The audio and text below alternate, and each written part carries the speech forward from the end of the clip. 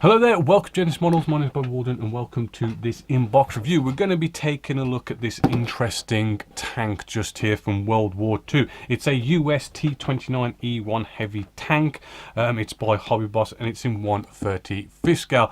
Interesting tank. It was a nice sort of big prototype they were doing. Only got into the prototype stage from what I can gather about this. Really cool tank. If you're a fan of what is it, there's that game online where you can play as tanks, World of Tanks, that's the one. Cool tank to play with. But yeah, interesting box art, very nice just there. I do believe there's only like one set of markings in this and some very minor decals in here, so let's just open this up and let's check it out. Let's get at the main kind of meat and potatoes of this, right? All our hull and turret sort of section, right? So getting in nice and close here, we have yes, we have all this sort of raised detail, recessed detail. Looking at there, all those nice looking bolts, as you can see just there on both sides. Not seeing any nasty ejector pin marks. Right, we have the top part of the hull. Right, this is probably the bit you're going to probably see the most. Just feeling, you can sort of feel, and hopefully you can see a light sort of texture to the surface as well, which does look like a very nice texture. Should probably take a nice wash and filters quite nicely to bring that out. Right, maybe a little bit hard to see on camera, but there is a nice texture there. Again, we have all our bolts and all that detail, as you can see there. Does feel and look rather crisp as well. Right, is that a bit of flash on the sides? Okay, what? No, it's not a bit of flash. What you could see there is it looks like they at the manufacturing side of things have actually cut it off whatever sprue. I don't personally like that when they do that, because you've just got to hope that they've done it right and they've not actually cut too deep, that they've gone into the piece itself. You can sort of see they're running all the way along there, so that's a little bit of a shame. But this one looks all right, so hopefully they are doing it nice and right. But yeah, lovely detail on there, as you can see. So that is them two.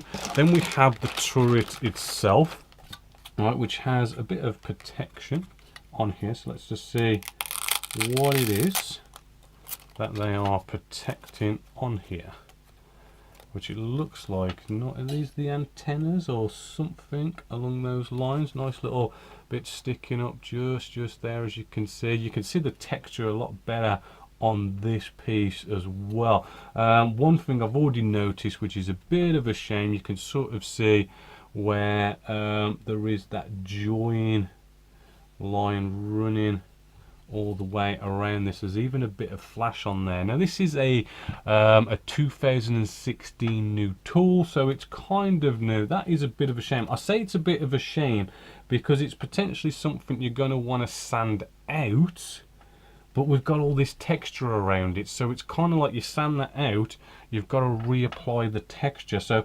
that is, yeah, I mean, that is a bit of a shame on that sense. But then this is an armored vehicle. We could go off and we can put all sorts of equipment, tools, weapons, bags, helmets and all this kind of stuff to cover up any of those kind of sort of eyesore areas. So yeah, that part is a bit of a shame. But yeah, as you can see, texture on there is looking good, and all them weld marks as well. So not bad, but that is a little bit of a letdown, that bit of flash. Bringing out our next sprue, we have the bottom part of the actual turret section. Doesn't have any of that texturing on there. Maybe that is accurate. This is maybe where the idle, the drive wheels go. Maybe not much detail, but then that is going to be covered up by the wheel, but we've got a bit of detail just there. Moving along, we have all sorts of little pieces. Looks like we have where the commander's hatch or the gunner's hatch may be. You can see sort of like all the windows on there. The MG, the big 50 cal here, that actually does look really nice and well detailed as well. Oops, just flip this over. No ejector pin marks, which is nice. We've got some tools on here, shovels and stuff. Just quickly looking for some ejector pin marks. They do look fairly good. I mean, we do have the hatch just here, which does have an ejector pin mark. So if you did want to open that up, something to deal with just there. But I'm not noticing any major flash going on with this kit. Right, let's bring out a couple more. We have what looks like to be all our drive wheels and stuff. And again, we've got this lovely packaging where they protect everything. Let's just try and get this off. There we go, getting that protective bit off of there. What they're actually protecting doesn't look like that was very necessary, to be honest with you. Not really seeing anything nasty sticking up or anything, so whatever that was for, don't know, but there you go. So yeah, we have our drive wheels just here, which you can see all those bolts on there. I mean, you know, could have been a little bit better detail, but it is what it is. Some tracks just here and a few little panel doors and all that goodies. And we have 2 sprues of them. Looking at the running road wheels, I won't get them out of the bags just to speed things up, but you could sort of see we have actually 4 sprues of the same just here, and you could just see we have all those nice nuts and bolts on there. And those wheels should be quite good.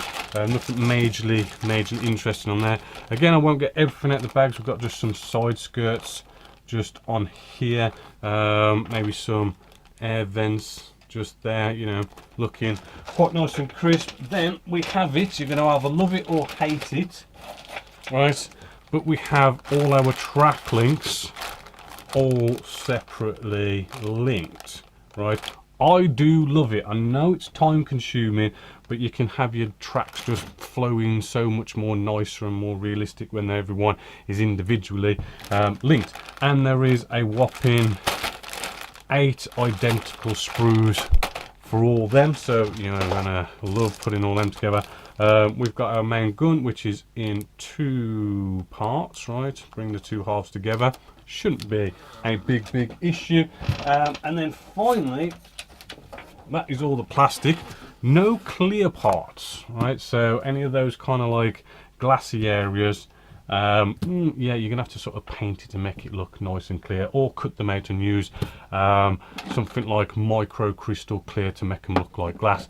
A little bit of a shame there. Decals or decals, all right, we come to this, very minimal. As you could see, we just have the T29 and 1946.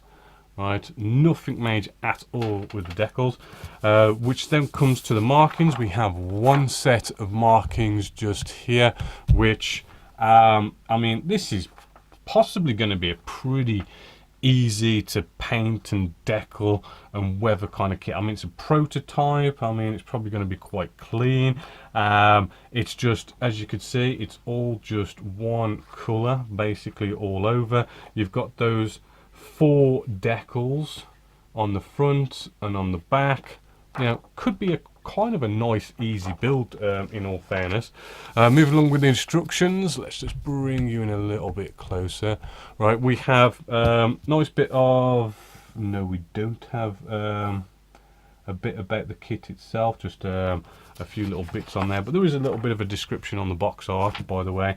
But yeah, if we get started with this, it is starting off with you know, the lower hull part, and the drive wheels, and all the tons of wheels and all the suspension and all that kind of thing going on. Kind of quite typical start with an armored vehicle. Looking at the instructions, I mean, they kind of look like they're going to get you there, and it's does seem kind of clear and easy. You know, we do have all these road wheels, you know, typical armored vehicle, going to take you forever. But that seems to be straightforward. It gets you to put all these bits and bobs on the hull, the top hull section. Again, doesn't look too tricky to follow the instructions. And then, yeah, you know, you got those track links. That's going to take you a while. But yeah, I mean, it does look pretty straightforward to put together.